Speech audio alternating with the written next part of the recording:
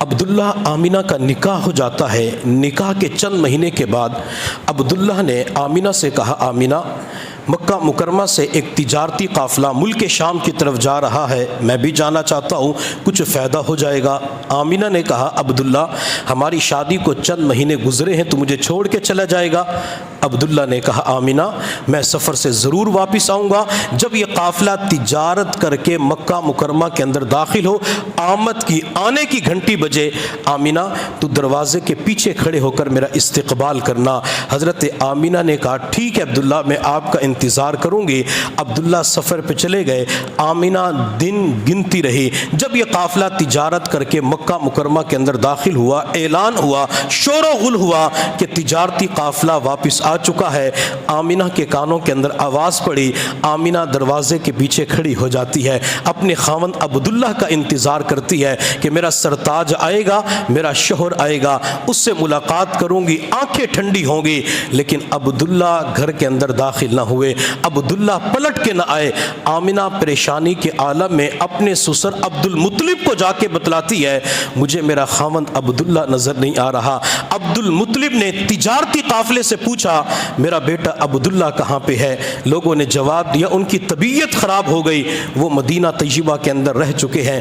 عبد المطلب نے اپنے بیٹوں کو مدینہ عبداللہ کے پاس بھیجا کہ جاؤ عبداللہ کی خیریت معلوم کرو۔ جب یہ بیٹے اپنے بھائی عبداللہ کے پاس پہنچتے ہیں تو عبداللہ دنیا سے پردہ فرما جاتے ہیں، عبداللہ کا انتقال ہو جاتا ہے۔ جب آمینہ کو یہ خبر پتہ چلی ہوگی تو آمینہ کے دل کے اوپر کیا گزری ہوگی۔ اگر آج اللہ نہ کرے، خدا نہ خواستہ، کوئی والد اپنی بیٹی کی شادی کرتا ہے اور شادی کے چند دنوں کے بعد، چند مہینوں کے بعد وہ بیوہ ہو جاتی ہے، اس کا داماد دنیا سے چلا جاتا ہے، بیٹی کا آدمی دنیا سے چلا جاتا ہے، تو بچی کے دل کے اوپر کیا گزرتی ہے؟ اس بچی کو کھانا اچھا نہیں لگتا، اس بچی کو نیند بھی نہیں آتی، وہ پوری رات کروٹیں بدلتے بدلتے رات گزار دیتی ہے۔ چند دن گزر جاتے ہیں، ماں بھی کہتی بیٹا اب تو کھانا کھا لو، بچی جواب دیتی امی کھانا اچھا نہیں لگتا۔ ماں شربت دودھ بنا کے پیش کرتی ہے، بچی کہتی امی دودھ بھی اچھا نہیں لگتا۔ بچی کو رات کے وقت نیند نہیں آتی، پورا گھر سویا ہوا ہوتا ہے، بچی کی آنکھ میں اس وقت بھی آنسو ہوتے ہیں۔ ماں اپنی بیٹی سے پھر پوچھتی ہے، بیٹی بتلا تو صحیح تجھے نیند کیوں نہیں آ رہی؟ بچی رو کے جواب دیتی امی اپنے خاوند کی یاد آ رہی ہے، اسی کی تصویر چہرے کے سامنے کھڑی ہے، نہ بچی کو کھانا اچھا لگتا ہے، نہ اسے مشروبات اچھے لگتے ہیں، نہ رات کے وقت نیند آتی ہے، نہ اسے لباس اچھا لگتا ہے۔ کیوں؟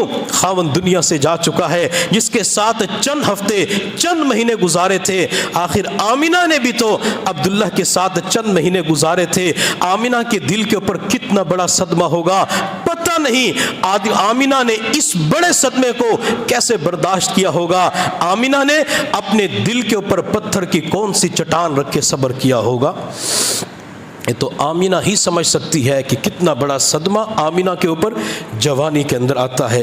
میرے محبوب صلی اللہ علیہ وسلم جب آپ کے والد دنیا سے پردہ فرما جاتے ہیں، اپنی ماں کے پیٹ میں تھے، اور یہی وجہ ہے میرے محبوب صلی اللہ علیہ وسلم کے سامنے جب کوئی یتیم آتا تھا تو آپ علیہ الصلوۃ والسلام اس سے پوچھتے تھے، بیٹا اپنا تعارف تو کروا، تو ہے کون؟ وہ چھوٹا معصوم بچہ جب اپنی معصوم توتلی زبان سے جواب دیتا، انا یتیم، میں یتیم مدینہ ہوں، میرے پیغمبر اس بچے کے سر پہ شفقت والا ہاتھ رکھ کے فرمایا کرتے تھے، بیٹا کیا تو اس بات پہ راضی نہیں؟ آج کے بعد محمد تیرے والد ہوں گے، آج کے بعد یتیم نہ کہنا۔ میرے پیغمبر یتیموں کے والد بن جایا کرتے تھے، یتیموں کے ساتھ محبت کا معاملہ کیا کرتے تھے۔ میرے پیغمبر صلی اللہ علیہ وسلم جہاد کے سفر پہ تشریف لے جا رہے تھے، بشیر ایک بچہ تھا، ماں دنیا سے جا چکی تھی، والد بھی اللہ کے نبی کے ساتھ جہاد کے سفر پہ روانہ ہو گیا۔ جب یہ قافلہ جہاد کر کے واپس آیا، بشیر چھوٹا معصوم بچہ اونچی پہاڑی کے اوپر کھڑا ہو گیا، قافلہ سامنے سے گزر رہا تھا، بچہ اپنی معصوم نگاہوں سے اپنے والد کو تلاش کر رہا تھا، مگر بچے کی معصوم نگاہیں اپنے ابا کو تلاش نہ کر سکی۔ بچہ پہاڑی سے نیچے اترا، پیغمبر کے سامنے آ کے کھڑا ہو گیا، عرض کہ یا رسول اللہ مجھے میرا والد نظر نہیں آ رہا۔ میرے پیغمبر نے چہرے انور دائیں جانب کیا، بچہ دائیں جانب آ کے یہی سوال دہراتا ہے، یا رسول اللہ مجھے میرا ابو نظر نہیں آ رہا۔ میرے پیغمبر نے جواب نہ دیا، چونکہ والد شہید ہو چکے تھے۔ آپ سوچ رہے تھے بچے کو کیا جواب دوں، اس کی تو ماں بھی دنیا سے جا چکی ہے۔ میرے پیغمبر نے اپنا رخ انور والضحیٰ والا چہرہ، چمکتا دمکتا روشن چہرہ سامنے کیا۔ وہ بچہ سامنے آ کے کھڑا ہوا، نبوت کی ٹانگوں کے ساتھ چمٹ گیا، روتے ہوئے عرض کیا یا رسول اللہ مجھے ابا کے بارے میں بتلائیں، میرا والد کہاں پہ ہے؟ شہید ہو چکے ہیں، زخمی ہو چکے ہیں، یا دشمن کی قید میں جا چکے ہیں۔ میرے پیغمبر نے بچے کے سر پہ شفقت والا ہاتھ رکھ کے فرمایا، بیٹا اللہ کی رضا پہ راضی ہو جا، تیرے والد شہید ہو چکے ہیں، دنیا سے جا چکے ہیں۔ بچے نے جب والد کے بارے میں سنا، بلک بلک کے رونا شروع کر دیا، روتے ہوئے عرض کیا یا رسول اللہ پہلے ماں دنیا سے چلی گئی، اب والد بھی دنیا سے چلا گیا۔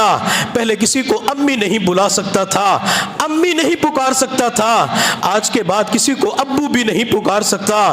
یا رسول اللہ میں کس کے دروازے پہ جاؤں، میں کس کے دروازے پہ جا کے بیٹھوں، میں کس کے گھر کے اندر جا کے رہوں؟ جب میرے پیغمبر نے بچے کے رونے کو سنا، آپ نے بچے کی آنکھ سے نکلنے والے گرم گرم آنسوں کو دیکھا۔ میرے پیغمبر نے بچے کی زبان سے نکلنے والے الفاظ کے اندر والد کی محبت کے درد کو محسوس کیا۔